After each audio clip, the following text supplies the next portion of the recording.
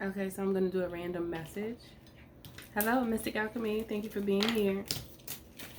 Thank you, thank you. If you would like to book a coaching call or reading with me or purchase any of my books, you can.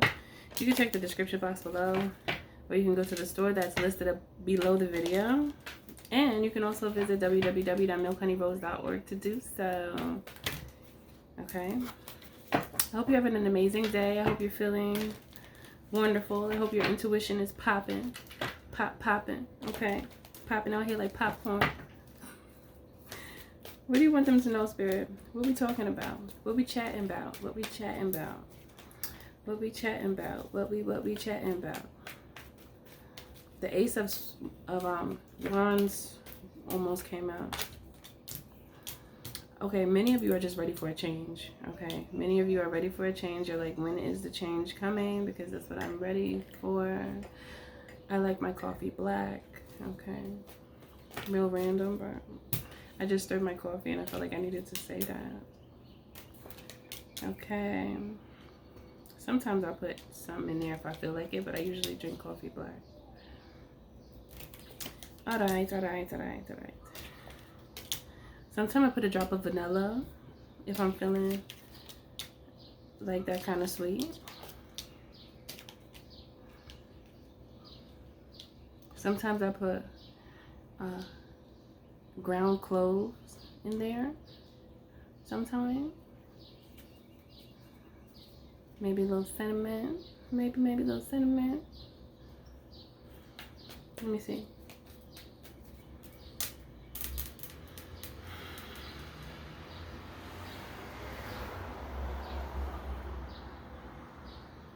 Ooh. There's a masculine fighting against change. Ooh, there's a masculine. It could be a feminine as well. Oh, because there's a king and queen of swords here. Hey, we got a situation. Mayday, mayday. No, I want to say mayday. Okay. Let me tell you something. Somebody wants a change, okay? And their world is getting shaken up right now. They're being sifted. They're being sifted, okay? And it is not easy for this person. They are fighting through the fire. There's some fiery aspects of their life right now that they are walking through. They are walking on the burning coals. I heard, as I walk through the valley of the shadow of death, I take a look at my life and realize there's nothing left. It's the realization, you know, when you have those moments of ascension,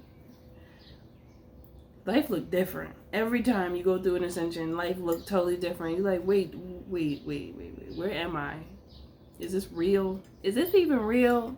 I don't know.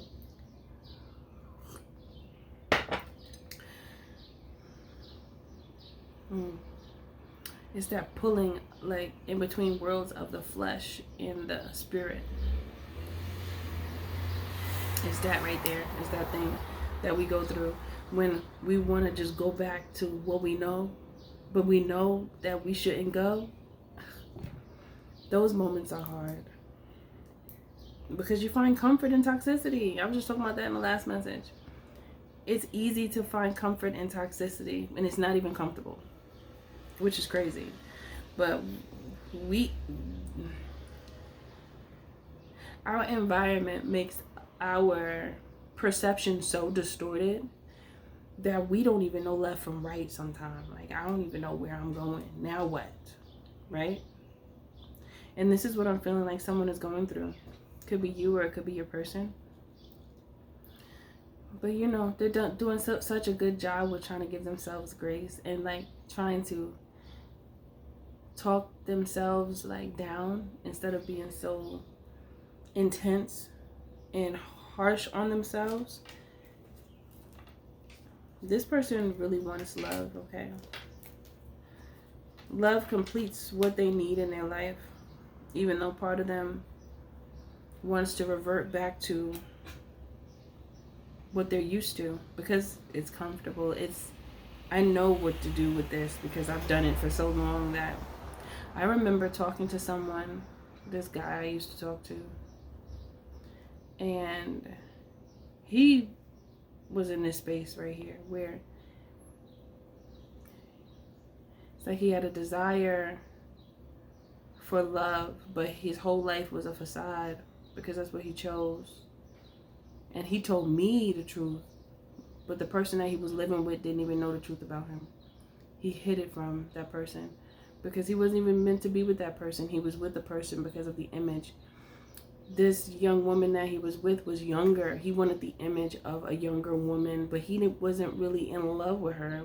She was just kind of there to uphold the image. And the more I talked to him, the more, I was like, oh my goodness. You really like, you're doing this on purpose to yourself? And then the reason why he did it was to spite his ex. Meanwhile, the ex was still in love with him. I'm like, for all that, y'all could have stayed together. And I liked him.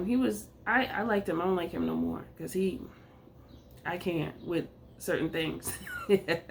Can't with certain things. So I liked him. But once I realized the demons on him that were controlling him, I had to disconnect myself from him because he couldn't control his own soul. He was someone that couldn't control himself. And he let the demons control him. And it's just so sad because I see the good in him. I see people. I can see the good in someone. I can see the good in them. And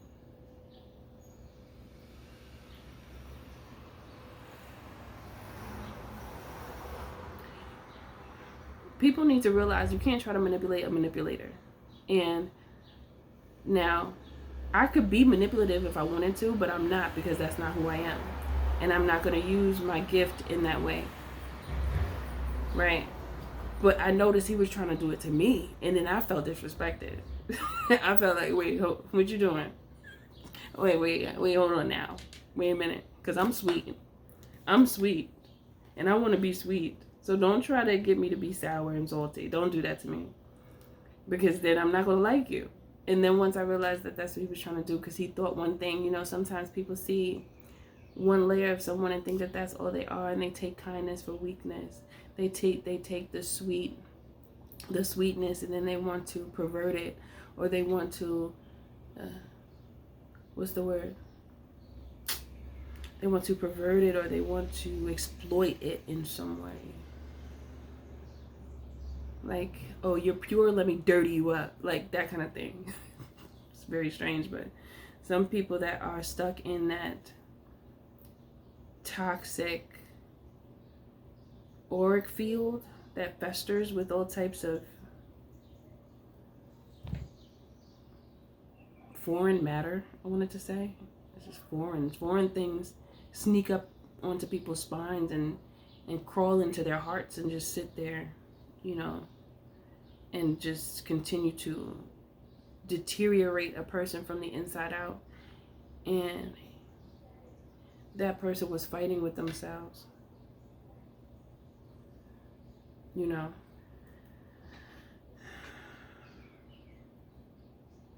When you meet someone like that, you must wish them well and let them go on their own journey. And I remember when, you know, I always have this thing in me where I want to give someone a good word, because I know that good words from your brother and sister on earth can help somebody. However, there's some people that they've done so much bad in their life that they can't forgive them. They can't forgive themselves. And he had told me one time, it was real random, but he was like, if I'm on a boat and I jump off, don't come to get me. Don't get me no help. Just let me go to God. I'm like, what? It was so random. It had nothing to do with what we was talking about. I was like, well, hold on a minute. Why we go over there? And I was like, don't say that. Why would you? Why are you even thinking like that? And you know, so I say all that to say that, dependent on what someone chooses in their own life, you cannot force anybody to see how you see. You cannot. The only thing you can do, lead the horse to the water. You can't make him drink it. That's how it goes, right? Is there another term like that? I don't know if this is a term, but I want to say you could lead a fish to the water, but you can't make them swim. I mean, but the fish has to be in the water. Well, that sounds like a person that wants to, they avoid their emotions. That sounds like somebody who is avoidant of emotions. Oh. You could lead a fish to the water, but you can't make them swim. So if the fish doesn't swim, it's gonna die. It has to swim. That's its environment. What do you mean you a fish and I'm trying to take you to the water and now you don't want to swim? So you just gonna get crispy on the land like that and you're not even fried? You just gonna crisp because you don't want to swim?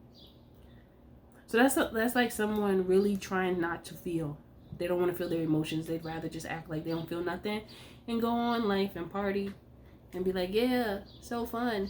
Ha, yes, it's great. When they really like inside they're like, oh, I don't want to be here. I want to be in love.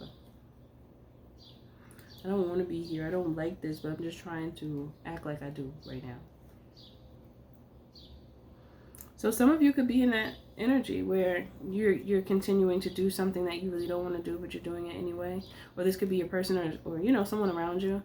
You'll know who this is for, who this message is for, and how it could help dependent on, you know, who you are here in this space. Okay? So, yeah. Someone is fighting with their past and their future. Or they're fighting and it's like tug of war. They're fighting for themselves. That's what it is. They're fighting for themselves in between worlds. Do I want to go back to my past, or do I want to hurry up and get to my future fast? I've learned a lot from my past experiences, and this person is looking to their future with this Page of Swords here. So I have the Six of Swords, the Tower, the Five of Wands, the King of Swords, the Temperance, the Queen of Swords, and I have the Ace of Swords at the bottom of the deck as well.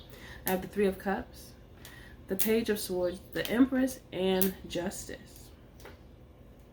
Then I have the Five of Cups, the Two of Cups, the Fool, and the World.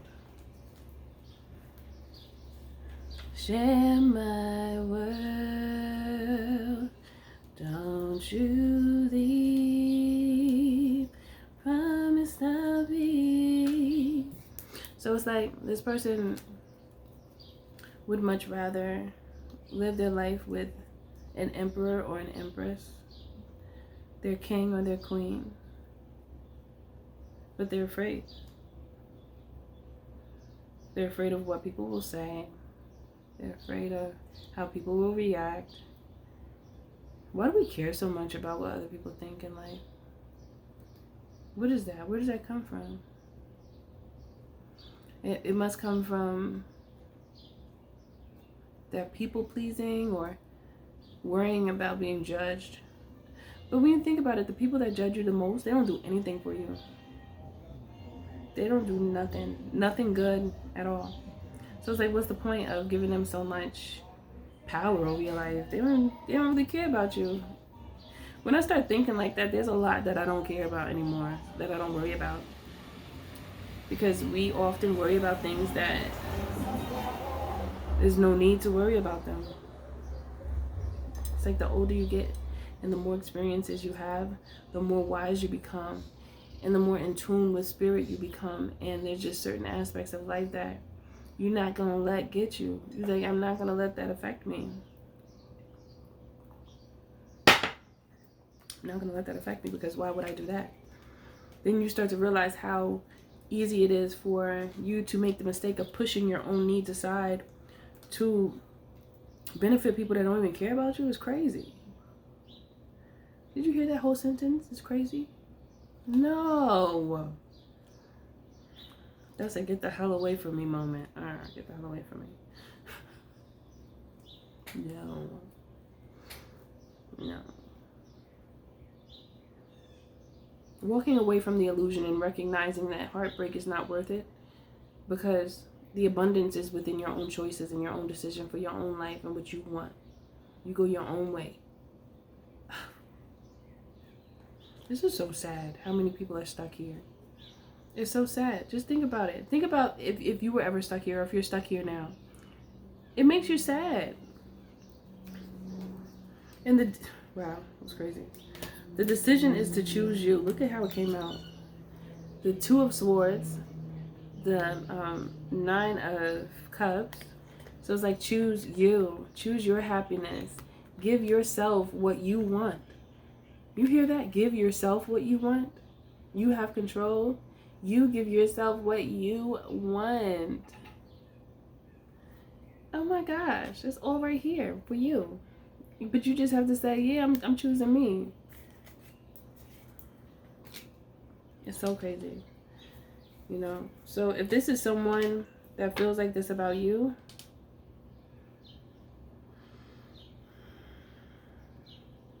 what makes them the most concerned and sad is the fact that they are fearful of the unknown. And I feel like that is a fear for many, the fear of the unknown, because that's something that we all have to go through. They're also not used to being with just one person. They're used to this rotation, and it was feeding their ego. And to just deal with one person, there's a lot of strength that has to come from that space, because when you deal with one person, sometimes issues can arise. And if you're with someone who's level-headed, it makes it easier when issues arise, because you'll be able to communicate about it very well. This is random, but I wish my chair didn't have any arms so I could sit Indian style, because right now, for some reason, I really want to be Indian style. But anyway, I just heard many people cheat because they don't feel the love at home. Many people cheat because they don't get compliments anymore at home. Many people cheat because it's how they're being treated. And some people just like to overindulge, just to keep it simple. However, when it's more so of an emotional reason why people cheat, more than anything, it's emotional, which it is very telling when you think about it. What does that tell you? Just think about that. Like, people cheat because of their emotional state. People cheat because they're not receiving the attention and the affection from the person that they're with, like their main person, so they go out and cheat. Sometimes it could just be carnal.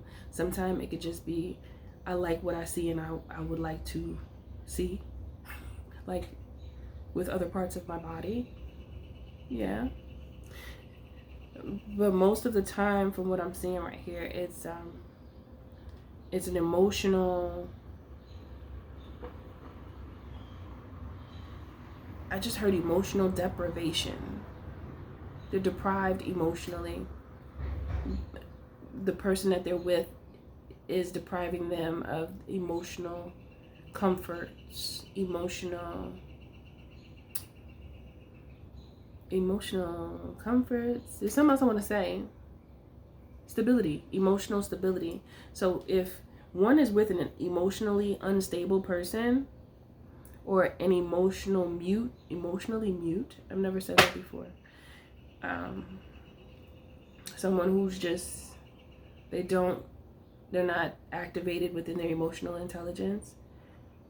They cannot be supported. They don't know how. They don't even want to, because usually people that have no emotional understanding, they are cold, dismissive, and selfish. But not the good selfish, because I feel like there is a good selfish when you're taking care of yourself. But it's like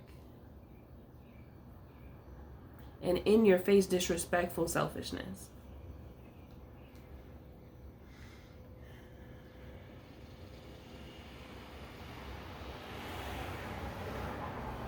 So someone has a weakness when it comes to different people, because sometimes they come across people who are emotionally disconnected, and they tend to be users, no matter if it's just sexual or if it's money. But they've dealt with this a lot in their life. A lot. They dealt with it a lot. And so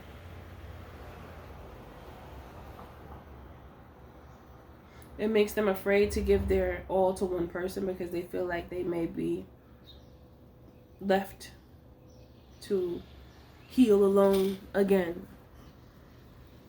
But they're leaning more towards doing, how can I say this? This person is leaning more towards respecting their self and their soul and spirit so much that they're forcing themselves to move forward, but they're moving very slowly because they don't feel like they can go fast. I think it's because they feel like they need to think. They can't bear to move quickly because this is someone who's a thinker. Thinkers think. Thinkers think, and they will think as long as they need to think and change their mind and do this and that and all these other things until they go back to what they think is right, because they have to think about it first. And it could take a long time to think. Thinking is very, you have to be patient with thinking. It's very, it can be very time consuming in the best way though. Because once you make the decision, you feel good about it because you thought about it a lot. And you're like, oh yeah, I looked at everything I really needed to look at. But somehow, if you allow yourself to go overboard, you'll always find more to look for. But sometimes it's just this one thing that feels so good to you that you just, you don't even want to wait anymore and just dive in. And I feel like that's where this person is going when it comes to you. Their heart was broken. They don't want it to be broken again. So they're trying to vet you, or you're trying to vet them. But you're doing it from a place of intention because you're tired of the same old story of heartbreak and feeling discontent. So you're being more mindful, which is a beautiful thing. I think being mindful and aware in this life is one of the best gifts one can give it themselves. Let me get a charm to end this message. Let's see. Oh, something fell. It's a heart, but it's very tiny. It's a white heart. Now your heart is pure. You've chosen to live your life in such a way where you know you will grow spiritually and in every way, really. It's not just like, it's like every way. When you grow spiritually on a connection with self, like a deep connection, everything else gets better in your life because you recognize what you're looking at, and it's easier for you to make decisions when it comes to who you allow in your life and what you'll do in life. Like, how will you handle your own life in your own way? What will you choose? And you're not so quick to go along with what other people say. You begin to ensure that you're making decisions based off of yourself and not someone else. Then you trust spirit, and the spirit begins to be you. That's at that moment, that's when you allow spirit to come in and speak to you and help you make decisions, because you have found the highest version of yourself, which is the eternal aspect of you, which is your spirit, your soul. And you know your soul and your spirit, of course, is connected to the ethers. Therefore, you have a direct line of communication to spirit so they can communicate with you. And that's when, as long as you believe, they'll start to speak to you. Don't get scared. Don't get scared. They just like us. They can even make fun of you sometime and try to trick you and make you think something that's not. But not in a bad way. I'm going to have to tell you another story now because it just came to mind. One day I was sleeping in my room, and I may have told you this story before, I'm not sure. But it was probably 3 in the morning or something, 2, 3 in the morning. My room was dark, but I saw the light from outside somewhere. There was some light shining in my room. It was probably from the moon. The light of the moon was shining in my room. And so I felt what felt like 3 energies in my doorway facing my room. And I heard, do you think she hears us?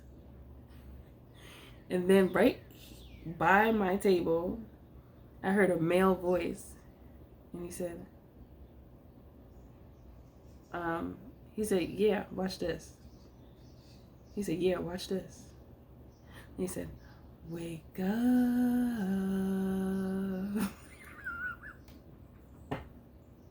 Why was they messing with me like that?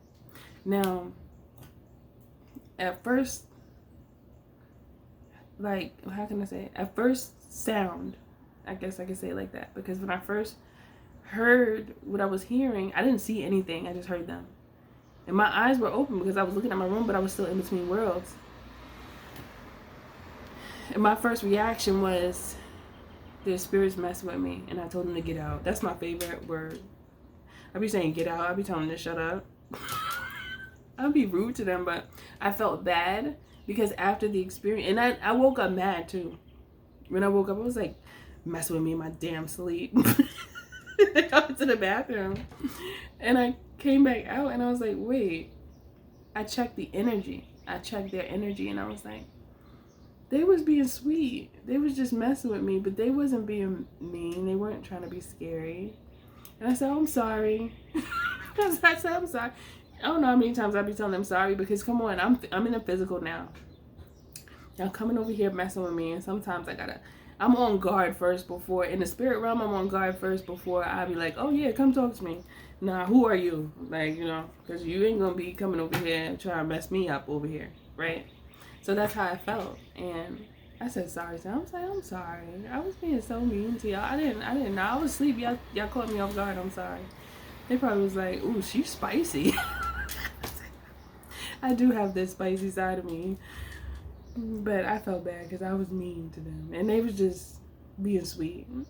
She had the Disney character voice. She actually sounds like me. I think that's like my fairy self coming to check up on me. Because she sounds like me, but she sounds like extra animated. And I can be extra animated. And her voice is my voice. But she was just like, do you think she could hear us? That's exactly what she sounded like. Something from an animation movie. Something that you might hear, like, I don't know, a Disney movie or something. Like one of the princesses. That's what she sounded like. Well, I say that to say, it's okay. It's okay to connect to yourself. And it actually, I advise it because it is how you get to the most beautiful aspect of yourself. That's where you go. That's what happens, you know? The only way you don't connect to your spirit family in such a way is if you don't believe it and you're like, no. Or if you're scared or something and you prevent yourself from being, they know when you're scared, you know. But if you just have the gift, then you scared or not, they know that you're strong enough for it, so you just gonna get it. You're just gonna get it because you were chosen for certain things in life, okay? Anything else you want me to tell them, Spirit?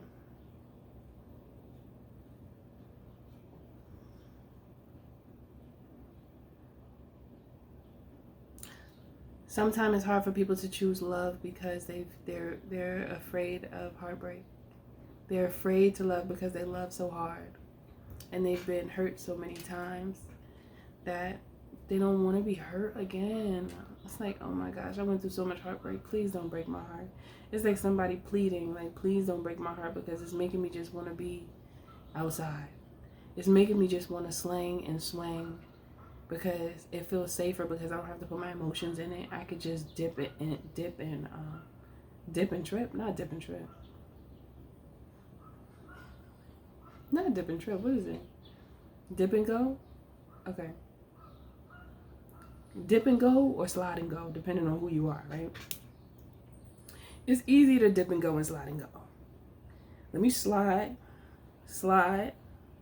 dip, baby, dip. It's easier. No strings attached. Just dip and slide and leave. Dip and slide and leave some lies. That's easier, right? When you start telling the truth and getting all emotionally engaged, that's when it gets scary because your heart is on the line, you know? So that's what's going on with you or this person that loves you. It's about the heartbreak. Like, I don't want my heart to be broken. Please don't break my heart.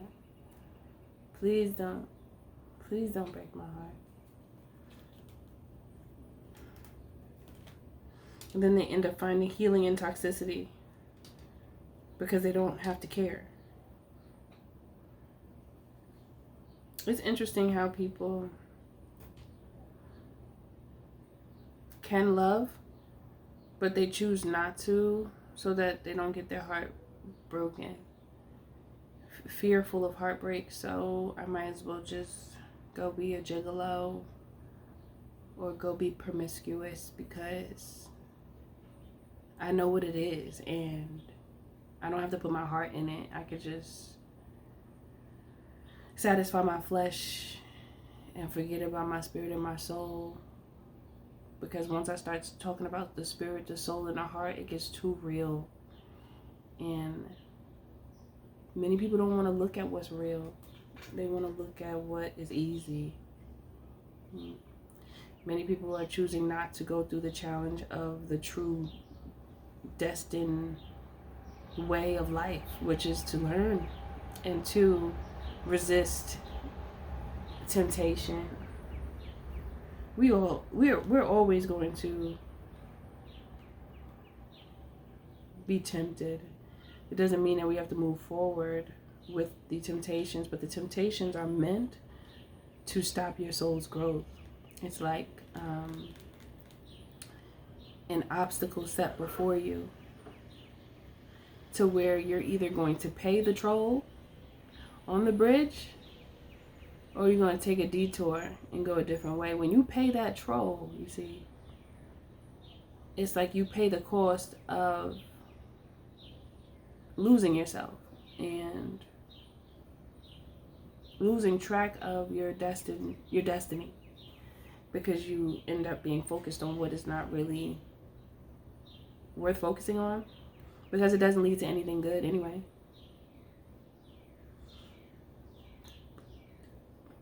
I paused because I was trying to get it out. Hold on. It's good to the flesh. It's always good to the flesh. That sensation will take your mind away. Your brain don't even work no more for anything else. Your brain only is on the climax. That's it. Your brain is like crack. Sex is like crack to some people. You get too much crack, what happens?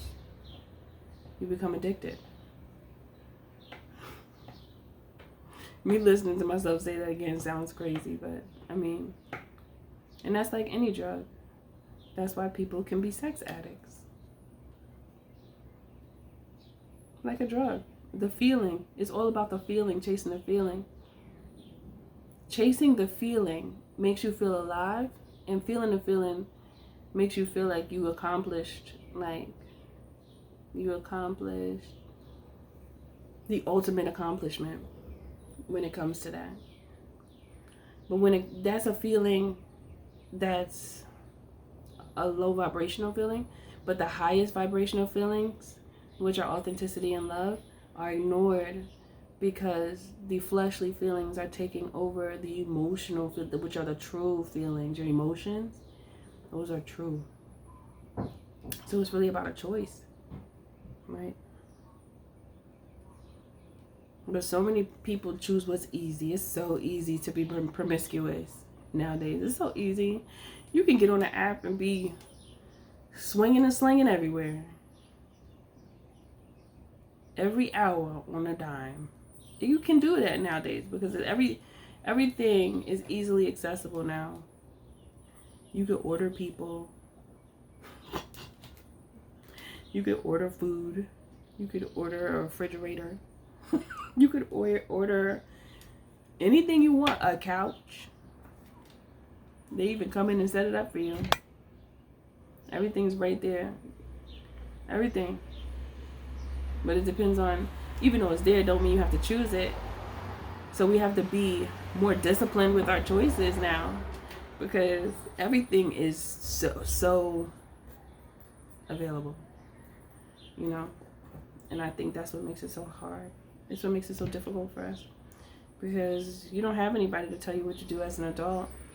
You do what you want. But is what you want to do good for you? The choices that you make, are they good for you, or are they affecting you in a negative way? So yeah, that's what you or this person is going through, because there's something stuck in my fan and it's making a squeaky noise in the living room. I gotta go check that out. But anyway, this person loves you, and I feel like you love this person too.